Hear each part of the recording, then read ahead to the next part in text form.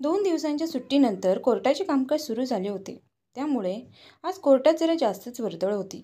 कोर्टासमोर आरोपी फिर्यादी हजर होत होते. पुढच्या तारखा पडत होत्या. काहींचे निकाल लागत होते. काही वकील आपल्या अशिलासोबत विचारविनिमय करत होते. काही बाहेर बसून आपला नंबर येण्याची वाट पाहत होते. तिथे येणाऱ्या प्रत्येक चेहऱ्याची कहाणी वेगळी. तो सगळ्यांना न्याहाळत होता. त्याला ते आता सवयीचं झालं होतं. पहिल्यांदा जेव्हा तो आईसोबत आला होता तेव्हा खूप घाबरला होता. एखादा आरोपी असल्यासारखं वाटलं होतं. आजही तो कोर्टाच्या आवारात एरझाऱ्या घालत होता. कोर्टाने पुढची तारीख दिली होती. तो त्याच्या वकिलाची वाट पाहत होता. फेऱ्या घालून थकल्यावर तिथेच तो एका ठिकाणी खाली बसला. वयाच्या तिशीतच तो वृद्ध वाटू लागला होता. डोळ्याखाली काळ्या वर्तुळांनी जागा घेतली होती. डोक्यावरचे केस विरळ झाले होते. खूप दमल्यासारखा वाटत होता तो. डोळ्यात पाणी होतं. गेली 2 वर्ष तो असाच कोर्टाच्या वाऱ्या करत होता. मनात प्रश्नांचं काहूर. काय चूक होती माझी? कशाची शिक्षा? पाण्यात दगड मारावा आणि पाण्याचा तर ढवळून निघावा तसं झालं. जीवनपट एखाद्या चित्रपटासारखं त्याच्या डोळ्यासमोर तरळत होता. आकाश एक हरहुन्नरी मुलगा, एका मध्यमवर्गीय कुटुंबातला. अशा आकाशचे वडील खाजगी नोकरीतून निवृत्त झालेले आणि आई गृहिणी, एक मोठा भाऊ, वहिनी, 2 भाचरे, 2 बहिणी. त्यांची लग्न झालेली. खूप श्रीमंत नाही, पण एक समाधानी कुटुंब. आकाशचा मोठा भाऊ कम्प्युटर इंजिनियर, एका गव्हर्नमेंट कॉलेजमध्ये चांगल्या पदावर. त्याच्या पत्नीला सुद्धा चांगली नोकरी होती. आकाशची मोठी बहीण लग्न करून पुण्यात स्थायिक झालेली, नोकरी करत होती. धाकट्या बहिणीचंही लग्न झालेलं. आता फक्त आकाशच्या लग्नाचं राहिलेलं. त्याच्यासाठी वधू संशोधन सुरू होतं. सगळे जवळचे नातेवाईक त्याच्यासाठी मुली पाहू लागले होते. आकाशला लहानपणापासूनच शिक्षणात गोडी फारशी नव्हती. त्यामुळे शिक्षण अर्धवट राहिलं. तरी एका खाजगी कंपनीत नोकरी होती. पगारही ठीक होता. रंगाने काळासवळा तरी दिसायला छान होता. स्वभावाने बोलका, गप्पिष्ट, पटकन मैत्री व्हायची त्याची. मोठा परिवार, लहान थोर सगळ्यांचा लाडका होता तो. मुली सांगून येत होत्या, पण शिक्षण कमी, कधी आर्थिक परिस्थिती साधारण, कधी त्याचा काळा रंग, तर कधी पत्रिका, कधी त्याची खाजगी नोकरी, तर कधी धकाधुकीचं मुंबई शहर. अशा अनेक कारणांमुळे लग्न जमत नव्हतं. आकाश आपल्या मोठ्या बहिणीकडे, स्मिताकडे काही दिवसांसाठी सुट्टीला राहायला आला होता. नवीन शहर असूनही त्याची सगळ्यांशी ओळख झाली. तिथे स्मिताच्या शेजारच्या काकूंनी एक स्थळ आणलं होतं. पत्रिका जुळली. आरती नाव होतं तिचं. 5 बहिणींच्या पाठीवर परत झालेली. पितृछत्र लहानपणीच हरवलं होतं. आई कोणत्या तरी छोट्या सरकारी बँकेत साफसफाई, चहा देण्याचं काम करत होती. परिस्थिती हालाखीची. मुलगी पाहण्याचा कार्यक्रम ठरवण्यात आला. स्मिता आणि आकाश आरतीला पाहायला गेले. आरती फार सुंदर नव्हती, पण दिसायला शांत, मितभाषी वाटली. आकाश आणि स्मिताला वाटलं की गरिबाघरची मुलगी, तिला परिस्थितीची जाण असेल. मोठ्या कुटुंबात सगळ्यांना सांभाळून राहील. स्मिताला आणि आकाशला मुलगी पसंत पडली. स्मिता आणि आकाशला आरती आवडली होती. स्मिताने घरी आईबाबांना फोन करून तसं कळवलं. आरतीचा फोटो व्हॉट्सअपवर पाठवून दिला. त्यांनाही ती आवडली. आकाश तसा साधा सरळ, त्याला तशीच साजेशी मुलगी मिळाली होती. एक मध्यमवर्गीय कुटुंब, पुण्यात भाड्याचं घर. आरतीचे मामा, 2 मावश्या तिथेच जवळपास राहत होते. आरतीची आई आपल्या 5 मुलींसोबत राहत होती. आरतीची आजी कधी तिच्या मामाकडे तर कधी आरतीच्या घरी राहायची.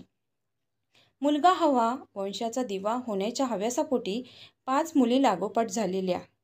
आजीनेच या सगळ्या बहिणींचे संगोपन केलं होतं. घरची हालाकीची परिस्थिती. पदरात 5 मुलींना टाकून वडील अकालीच देवाघरी गेलेले. एकटी आरतीची आई कमवती. मग अशा वडिलांचं छत्र हरपलेल्या मुलींच्या लग्नासाठी स्थळ कोण पाहणार? आरतीच्या मोठ्या बहिणीने स्वपसंतीने आंतरजातीय प्रेमविवाह केला होता. तीही तिच्या नवऱ्यासोबत तिथेच जवळपास राहत होती. तिला 2 लहान मुलं, एक मुलगा मतिमंद. आईकडे सारखी उठबस. आरती 2 नंबरची. आरती वाणिज्य शाखेतून पदवीधर झाली होती. आर्थिक ओढाताण. अजून 3 बहिणी लग्नाच्या 1-2 वर्षाच्या अंतराने. एकंदरीत काय तर आरतीच्या लग्नाने घरातलं खाणारे एक तोंड कमी होणार होतं. तिच्या आईचा आर्थिक भार कमी होणार होता. मुलांची पसंती झाल्यावर आरतीच्या घरचे मुंबईला आकाशच्या घरी आले. मुंबईसारख्या शहरात आकाशच्या वडिलांचं स्वतःचं घर, सुसंस्कृत कुटुंब, गावी वडिलोपार्जित थोडी शेती, मोठ्या भावाचं स्वतःचं घर, ही सारी सुखवस्ती पाहून आरतीच्या घरचे सगळेच आनंदून गेले होते. त्यांच्याकडून होकार होता. सगळे खूप छान बोलत होते. आकाशच्या घरच्यांनाही वाटलं गरीब कुटुंब आहे, आरती मोठ्या कुटुंबात राहिलेली, या कुटुंबात सामावून राहील. आणि म्हणतात ना, मुलगी द्यावी श्रीमंताच्या घरी आणि सून आणावी गरिबांच्या घरची, म्हणून त्यांनाही या स्थळाची पसंती दर्शवली. आकाशलाही वाटलं आपलं शिक्षण कमी, दिसायला सर्वसाधारण, नोकरी ही अशी. आधीच या कारणामुळे नकार मिळालेले. आरतीकडून होकार आल्यावर तो आनंदी झाला होता. वाटलं त्याला आरती शिकलेली, छान सांभाळून घेईल, दोघे मिळून नोकरी करू, सुखासमाधानाने संसार करू, अशी बरीच स्वप्न त्याच्या डोळ्यासमोर फेर धरू लागली. काही दिवसांनी लग्नाची पुढील बोलणी करण्यासाठी स्मिताने आरतीच्या घरच्यांना फोन केला. दोन्ही कुटुंबाच्या सवडीने बोलणी करण्यासाठी एक दिवस निश्चित केला. आकाशच्या घरातली त्याचे काका काकी, मामा मामी, सगळी थोर मंडळी आरतीच्या घरी गेले. बोलणी सुरू झाली. अजूनही आपल्या समाजात वरपक्षातील मंडळी हुंडा, मानपान, सोनं नाणं, दागदागिने, घेणं देणं, सोनं नाणं, पोशाख, लग्नाचा खर्च, जेवण या सगळ्या गोष्टींचं ओझं मुलींच्या कुटुंबावर खुशाल टाकून मोकळं होतात.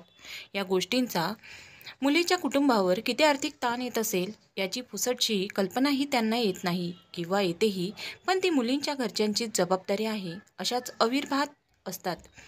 आरती खरंच नशिबान होती. आकाश आणि त्याचे कुटुंब खूप समजूतदार होते. आकाशच्या मोठ्या काकांची स्पष्टपणे सांगून टाकले, दोन्ही कुटुंब मध्यमवर्गीय आहेत, आम्हाला हुंडा नको, मुलीची आई एकटी कमवते आहे.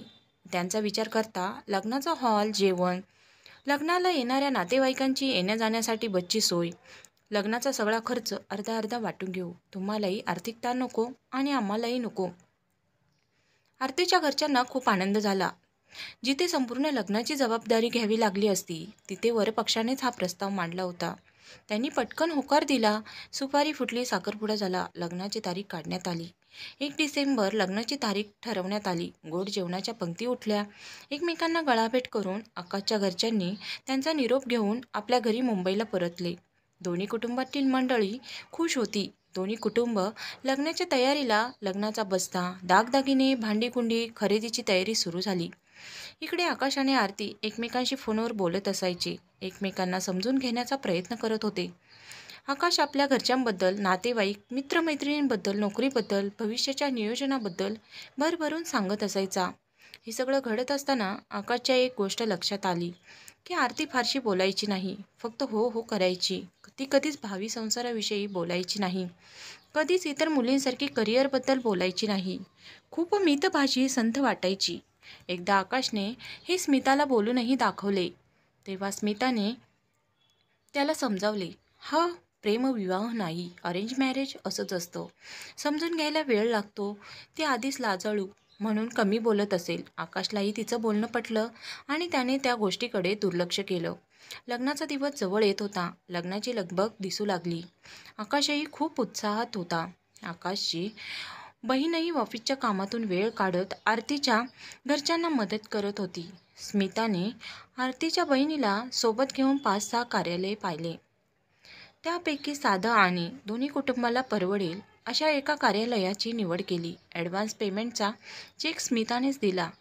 पुढे जाऊन साधी फुलांच्या सजावटीची ऑर्डर दिली. लग्नातल्या पंक्तीला साधा मेनू निश्चित केला. तिच्या सर्वात धाकट्या आणि लाडक्या भावाचं लग्न होतं. ती खूप आनंदाने, प्रेमाने सगळं पाहत होती. आकाश आणि आरती दोघेही फोनवर एकमेकांशी बोलत होते. लग्नाच्या दिवसाची वाट पाहण्यात गुंग होते. आकाशच्या आईनेही आरतीसाठी छान मंगळसूत्र, नेकलेस, सोन्याच्या बांगड्या केल्या. आरतीच्या घरच्यांची परिस्थिती नाजूक असल्याने आकाशसाठी सोन्याची साखळी, अंगठीही केली. लग्नाचा बस्ता बांधला. आकाशच्या वहिनीचीही तिच्या लग्नात तिची फारशी हौस झाली नव्हती, म्हणून तिने छान साडी घेतली. मुलांसाठी कपडे, नंदांसाठी छान साड्या, सासू-सासऱ्यांसाठी कपडे घेतले, नवऱ्यासाठी सूट घेतला. सगळी तयारी झाली. मेहंदीसाठी पार्लरमध्ये जाऊन आली. हळदीच्या दिवशी आकाशने मोठी जंगी पार्टी दिली. बँड बाजा डीजे गाणी लावून सगळे खूप नाचले. आनंदाला जणू उधाण आलं होतं.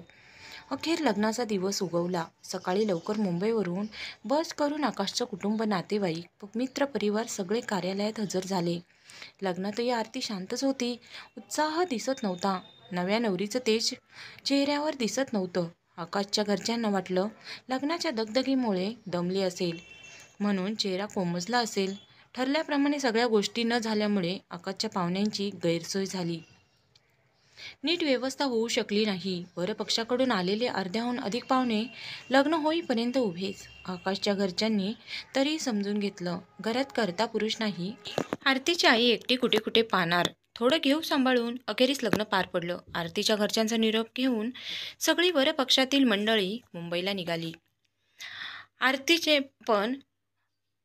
आरतीने पण माप ओलांडून गृहप्रवेश केला. आकाशच्या घरच्या मंडळींनी नव्या नवरीचे मोठ्या थाटात स्वागत केले. आरतीबरोबर तिची धाकटी बहीण पाठराखीण म्हणून सोबत आलेली. लग्नानंतरच्या विधी आटपून घेतल्या. सगळे देवदर्शनासाठी, कुलदेवतेच्या पूजेसाठी त्यांच्या गावी जाऊन आले. गावचं घर शेतीवाडी पाहून झालं, देवदेव झालं आणि सगळे मुंबईला घरी आले. स्मिताने लग्नात भेटवस्तू देण्यापेक्षा आकाश आणि आरतीसाठी केसरी टूरकडून गोवा ट्रिपची 2 तिकीटं काढून दिली. आकाश आणि आरती फिरायला गोव्याला निघून गेले. आकाश आणि आरती गोव्याला फिरायला गेले. 2 दिवसातच परत आले. घरातले सगळे विचारत होते, का लवकर आलात?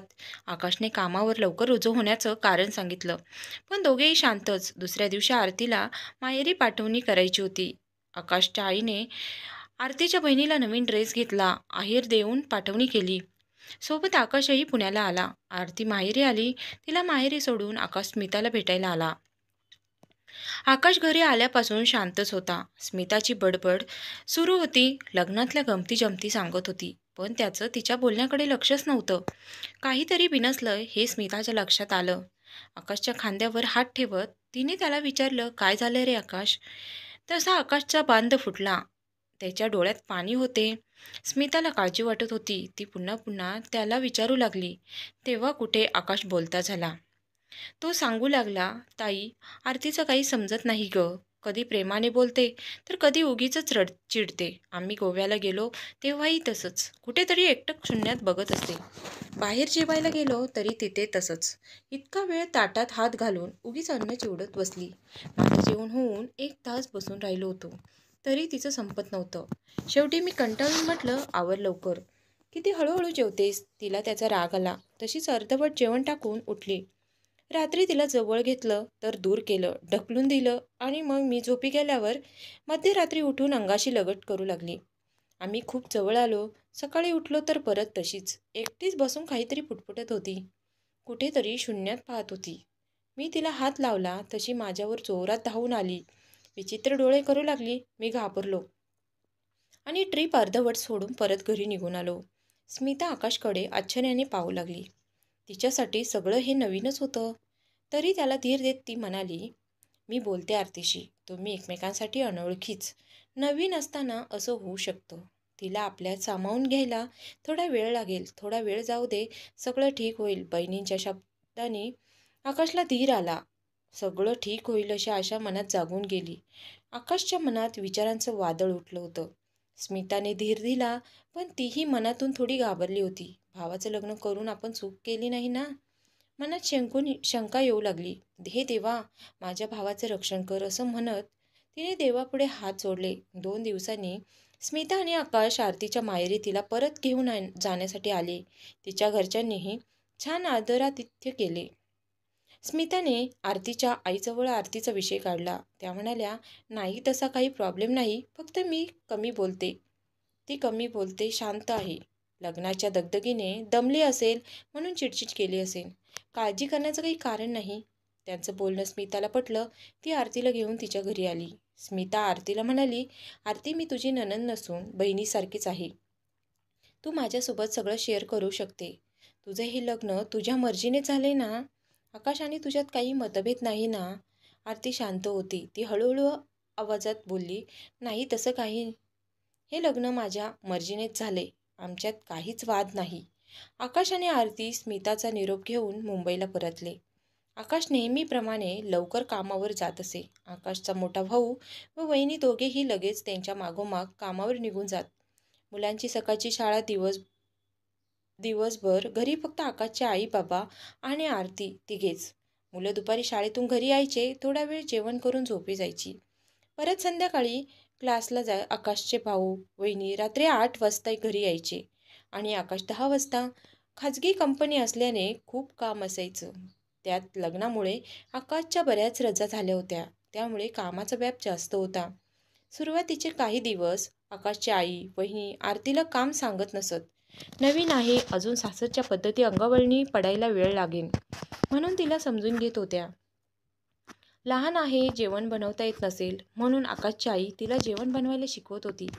पण त्यांच्याही लक्षात आलं की आरती फार संथ गतीने काम करते. नवीन असेल म्हणून होत असेल असं स्वतःची समजूत घालत होत्या. पण त्याही थकल्या होत्या. त्यांचंही वय झालं होतं.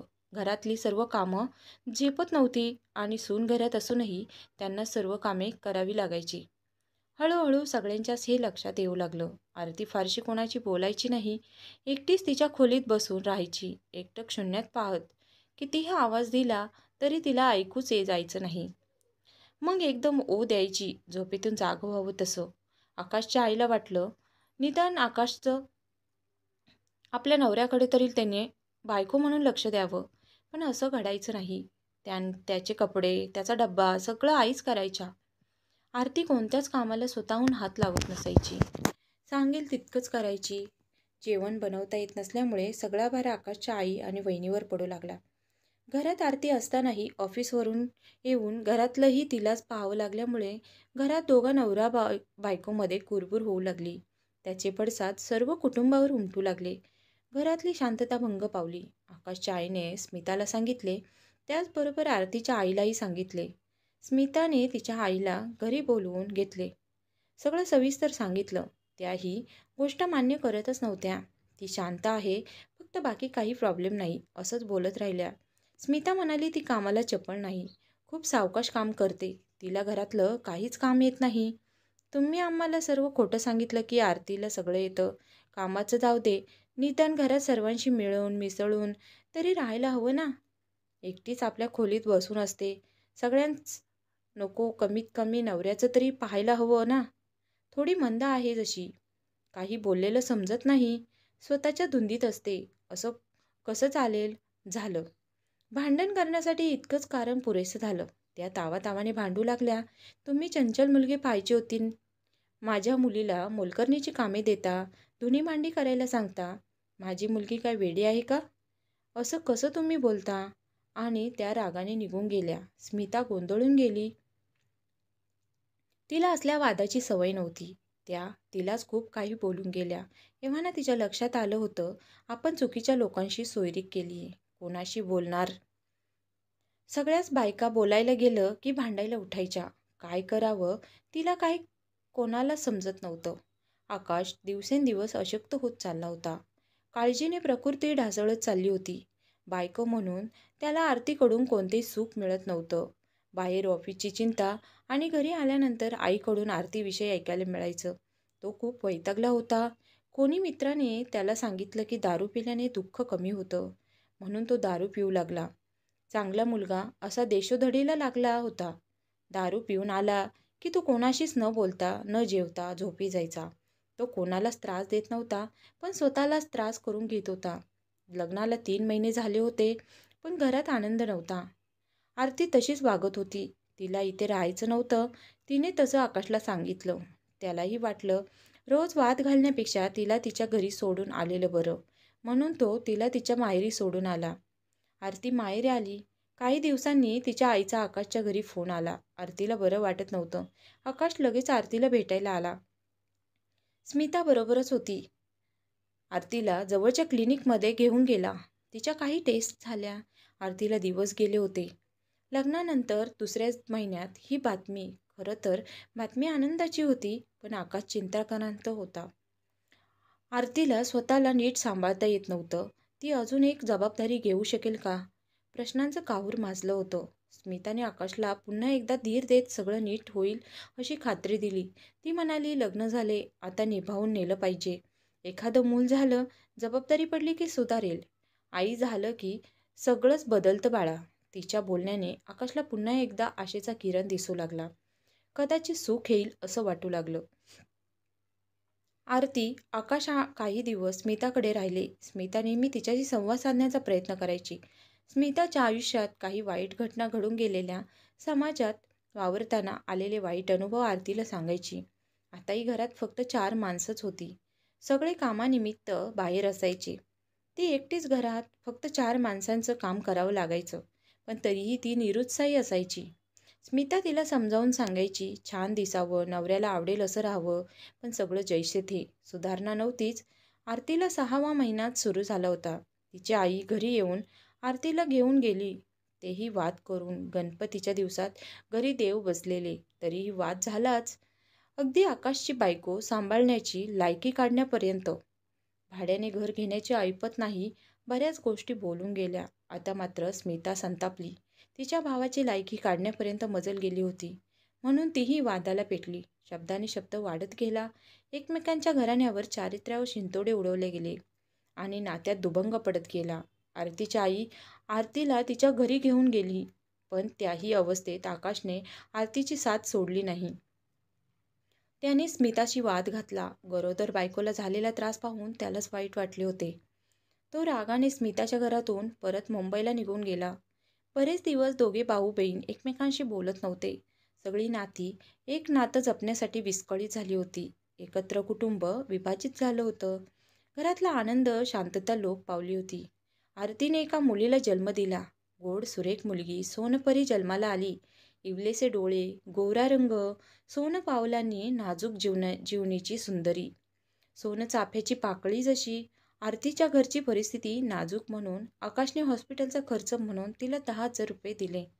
आई आणि बाळ दोन्ही सुखरूप होते. सगळं ठीक झाल्यानंतर आरती हॉस्पिटलमधून घरी आली. घरी आल्यावर तिला परत त्रास होऊ लागला.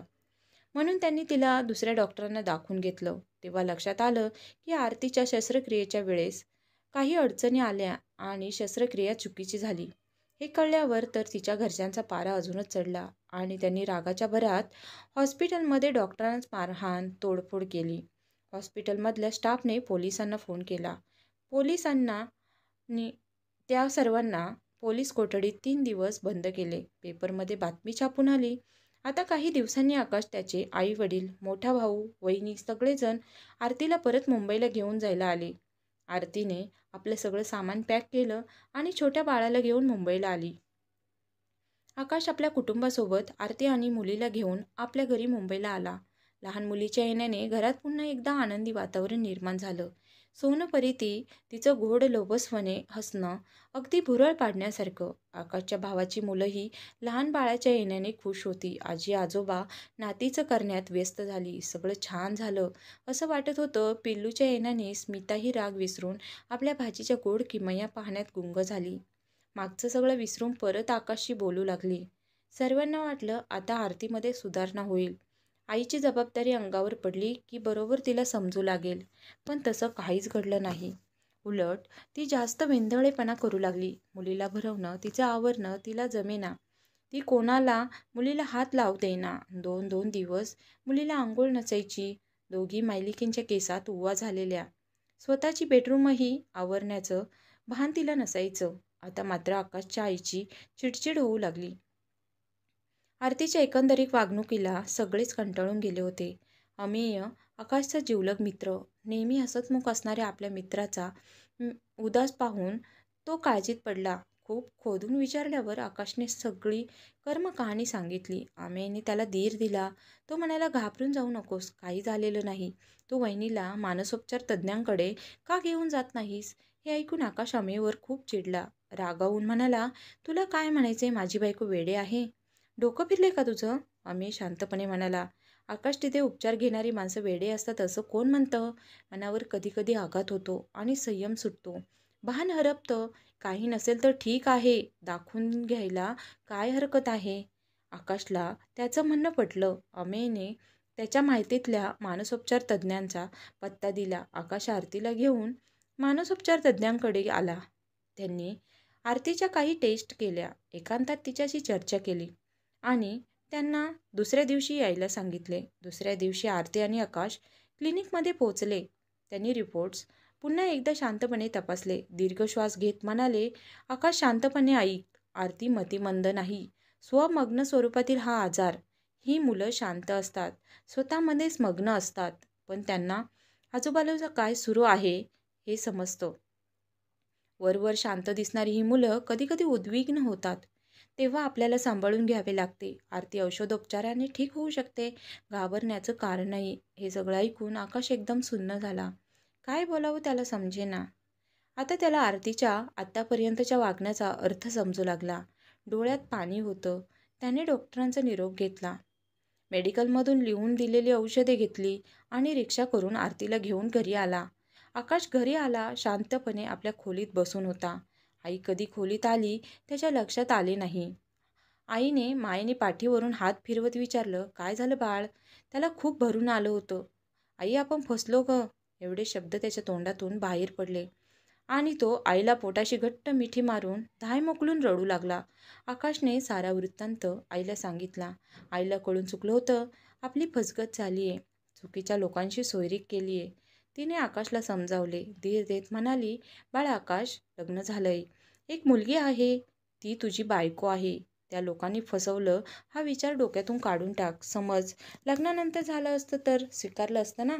मग तसंच समज आपण तिच्यावर उपचार करू. ती बरी होईल. स्वामी आपल्या पाठीशी आहेत. काही काळजी करू नकोस. सगळं ठीक होईल. आईच्या शब्दांनी त्याला धीर आला. त्यानंतर 2-3 दिवस शांतपणे गेले. रात्रीचं जेवण आटोपलं. भांडीकुंडी घासून आकाशची आई, वहिनी सगळे आपापल्या खोलीत झोपण्यासाठी निघून गेले. आकाशची छोटी चिऊ शांतपणे गाढ झोपली होती. गोड पिल्लू ते निरागस. आकाशलाही झोप लागतच होती. अचानक आरती रडू लागली. मला माझ्या आईकडे जायचं आहे, आत्ताच्या आत्ता. मला घरातलं काहीच जमत नाहीये, नाहीतर मी इमारतीवरून उडी टाकून आत्महत्या करेन. माझी मुलगी आहे, कोणी हात लावायचा नाही. सोडा मला माझ्या आईकडे. ती खरंच खूप उद्विग्न झाली होती. आकाशने खूप आवरण्याचा प्रयत्न केला, पण ती आवरत नव्हती. शेवटी आकाशने घरातल्या सगळ्यांना उठवलं आणि अमेयला बोलावून घेतलं आणि त्यांच्याच कारने आईला सोबत घेऊन तिला माहेरी घेऊन आला.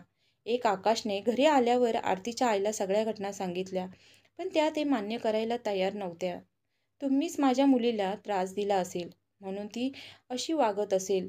इथे ती व्यवस्थित होती आणि त्या वाद घालू लागल्या. आकाशने समजावून सांगितले, तिला मुंबईला राहायचं नाहीये.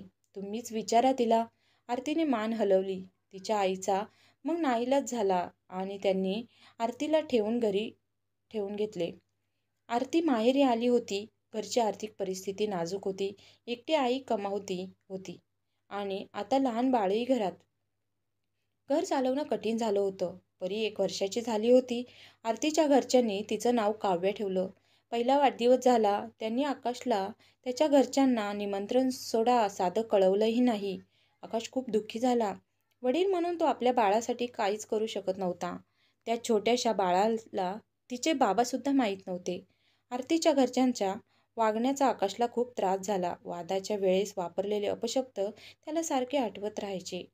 मुलीशी बोलण्याची इच्छा असूनही तो बोलू शकत नव्हता. जेव्हा जेव्हा तो तिच्यासाठी फोन करायचा, ती झोपलीये, ती फोन घेत नाही, असं त्याला सांगितलं जायचं. आकाशला खूप वाईट वाटायचं. कशी घेणार ती फोन? तिला आपले वडील कोण हे सुद्धा माहीत नाही, तर तिला प्रेम कुठून वाटणार? त्याचेच त्याला पडलेले प्रश्न. येईल परत कधीतरी. रक्ताचं नातं आहे, इतक्या सहजासहजी कसं तुटेल? तो स्वतःचीच समजूत काढायचा. आणि एक दिवस वादळ आलं. सगळं नेस्तनाबूत करण्यासाठी, आकाशला उद्ध्वस्त करण्यासाठी, आकाश आणि त्याच्या कुटुंबियांना त्रास देण्यासाठी, त्यांच्याकडून पैसे उकळण्यासाठी आरतीच्या घरच्यांनी एक शक्कल लढवली.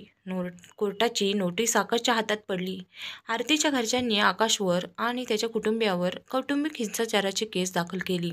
त्याचबरोबर महिला मानव अधिकार मंडळातही केस दाखल केली.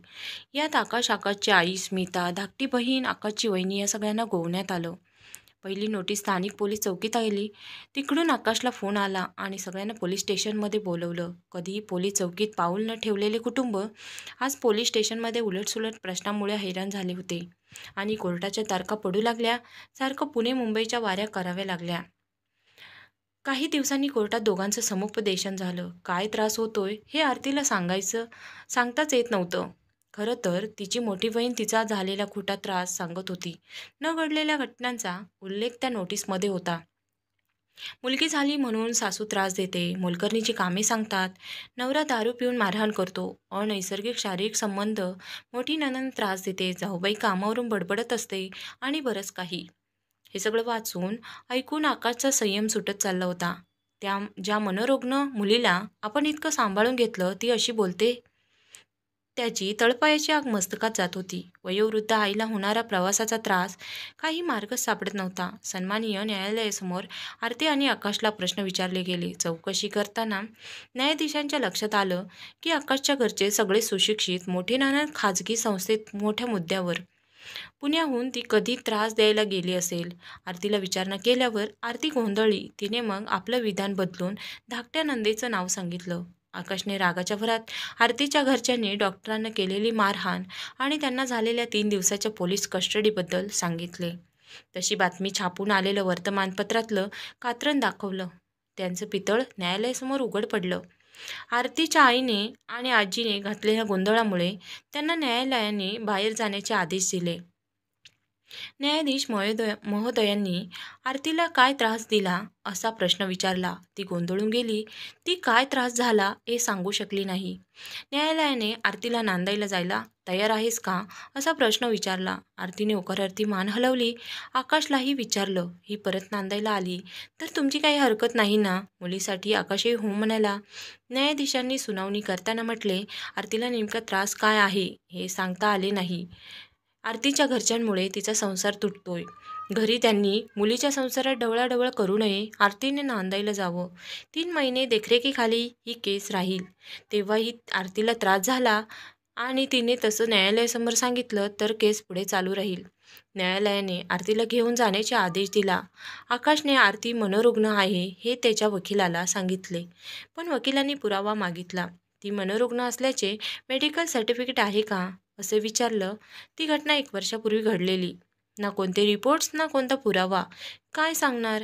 तो नाही म्हणाला आणि न्यायालयाच्या आदेशाचं पालन करत मुलीसाठी आकाश आरतीला घेऊन परत जायला तयार झाला.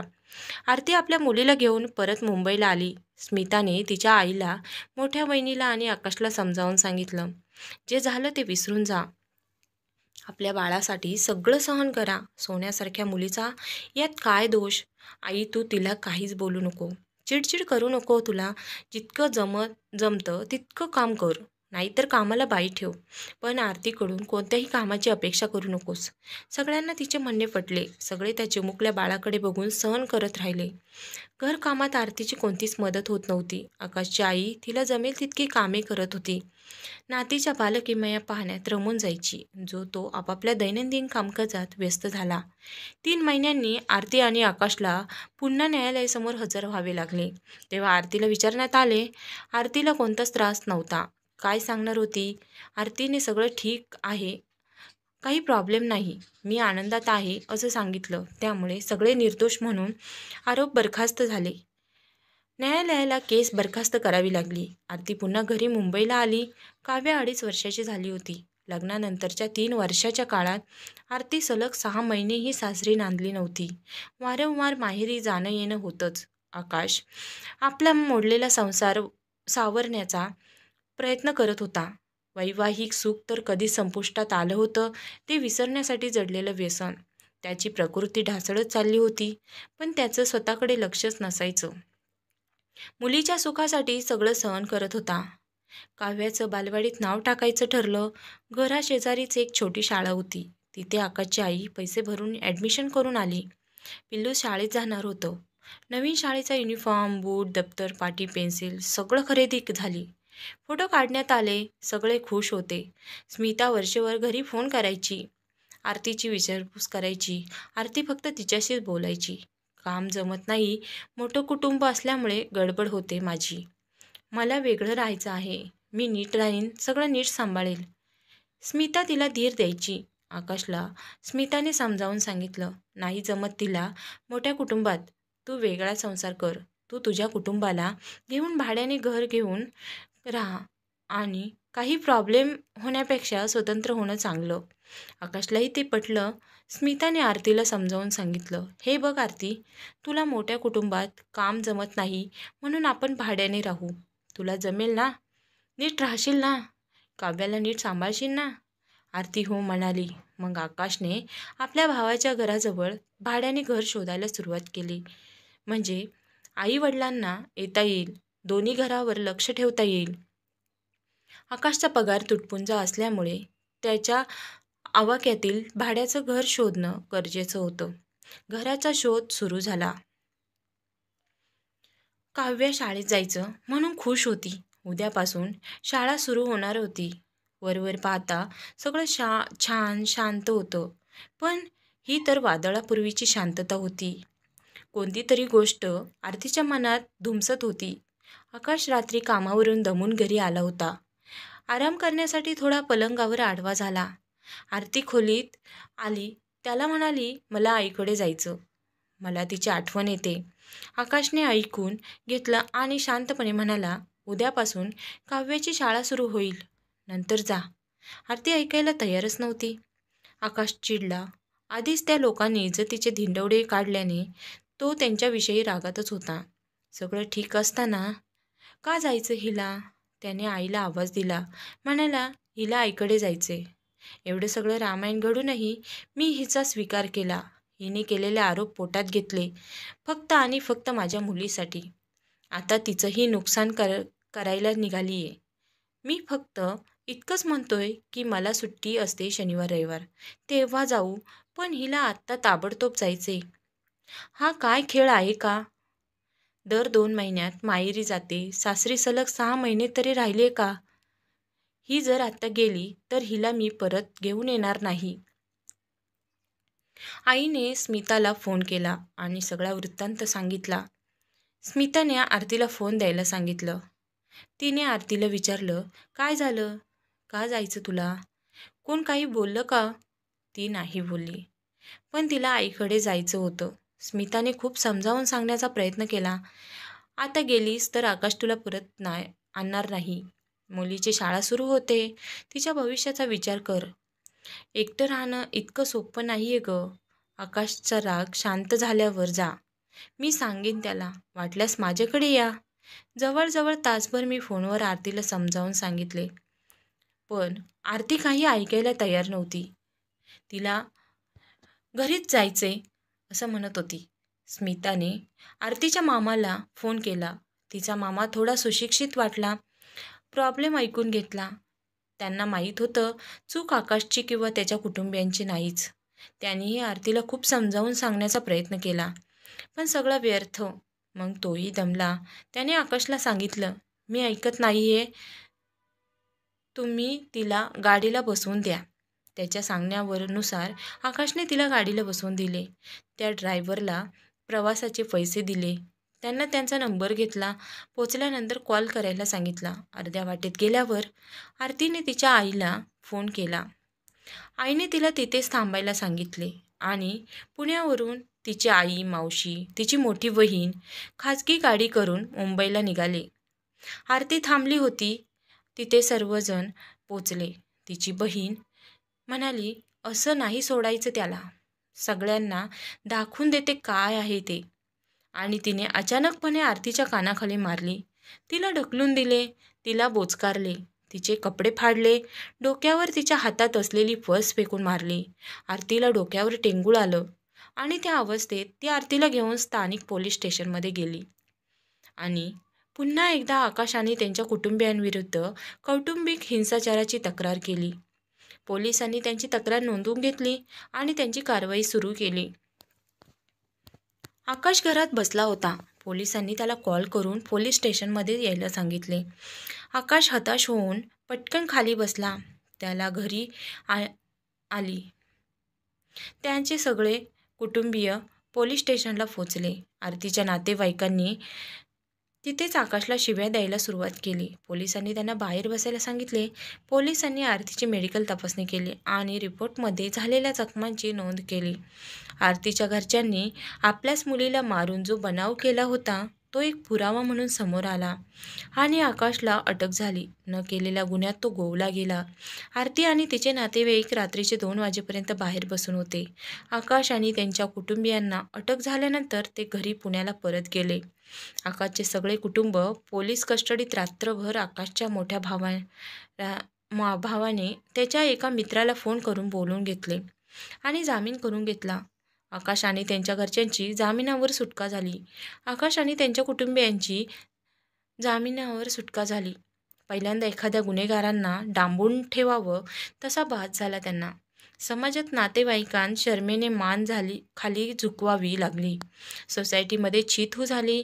घरातले वाद चव्हाट्यावर आले. या सगळ्यांना संकटामुळे तो उदास राहू लागला. सतत दारू पिऊ लागला. दारूचं व्यसन वाढत चाललं होतं. सतत घरीच बसून राहू लागला. त्यामुळे त्यांची चांगली नोकरी गेली. इकडे आरती पुण्याला आईकडे राहू लागली. तिने कौटुंबिक हिंसाचार आणि घटस्फोटासाठी सिव्हिल कोर्टात 2 केसेस फाईल केल्या. घटस्फोट घेण्यासाठी तिने अर्जामध्ये महिन्याला पोटगी आणि मुलीच्या खर्चासाठी 10 लाख रुपये मागितले. इतके रुपये कुठून आणायचे? इतकी मोठी रक्कम देण्याची त्याची ऐपत नव्हती आणि काहीही चूक नसताना त्याने ही शिक्षा का भोगावी? आज केस चालू होऊन 2 वर्ष होऊन गेली. आकाश कोर्टाच्या बाहेर त्याच्या वकिलाची वाट पाहत बसून होता. एखाद्या चित्रपटाच्या कथेप्रमाणे सगळे प्रसंग डोळ्यासमोर तरळत होते. आज लग्नाला 5 वर्षे झाली. आरती कधीही सलग 3 महिने सासरी राहिली नव्हती. आकाशच्या आयुष्यात सुख आलं नाहीच. काव्या 4 वर्षांनी झाली. बाप म्हणून मुलीसाठी काहीच करू शकला नव्हता. त्या निरागस बाळाला ना आपले वडील कळत होते ना त्यांच्याविषयीचे प्रेम. 2 केसेसच्या तारखेला हजर राहता जीव हैराण झाला. गाडी खर्च, वकिलाची फी, कुटुंबियांना मनस्ताप. आकाश हताश झाला. आत्महत्येचा प्रयत्न केला पण ईश्वराच्या कृपेने वाचला. किंबहुना अजून भोग भोगायचे होते म्हणून की काय देवानेच वाचवले. कोर्टाच्या वाऱ्या वाढल्या होत्या. अजूनही न्याय मिळालेला नव्हता. मिळणार की नाही कोणास ठाऊक. आकाश पुरता कोसळला होता. काय करावं समजत नव्हतं. काय चूक होती त्याची? काय चूक होती त्याच्या कुटुंबियांची? या प्रश्नांची उत्तरे अजूनही त्याला मिळाली नाहीत. ही एक शोकांतिका, ही एक कर्मकहाणी एका आकाशची. न्यायव्यवस्थेवर प्रचंड विश्वास असलेल्या गरीब मुलाची, न्यायासाठी चाललेल्या संघर्षाची, मानसिकरित्या खचलेल्या एका हरहुन्नरी मुलाची, आपल्या चिमुकल्या मुलीसाठी तडफडणाऱ्या एका बाबाची. ही कथा आहे घटस्फोटामुळे वडिलांच्या प्रेमाला दुरावलेल्या मुलीची. तुझ्या बाबांनी तुझ्या आईवर अन्याय केला हे विष पेरणाऱ्या नातेवाईकांची. आजही आपल्या समाजात असे अनेक आकाश अशीच एखादी कर्मकहाणी घेऊन फिरत आहेत आणि न्याय मिळवण्यासाठी कोर्टाच्या चक्रा मारत आहेत. पण अजूनही न्याय मिळत नाही. कधी कधी ही लढाई 10-10 वर्ष चालू राहते पण न्याय होत नाही. न्यायालयीन कामकाजाच्या विलंबामुळे सारी हयात कोर्टाची पायरी जिजवण्यात जाते.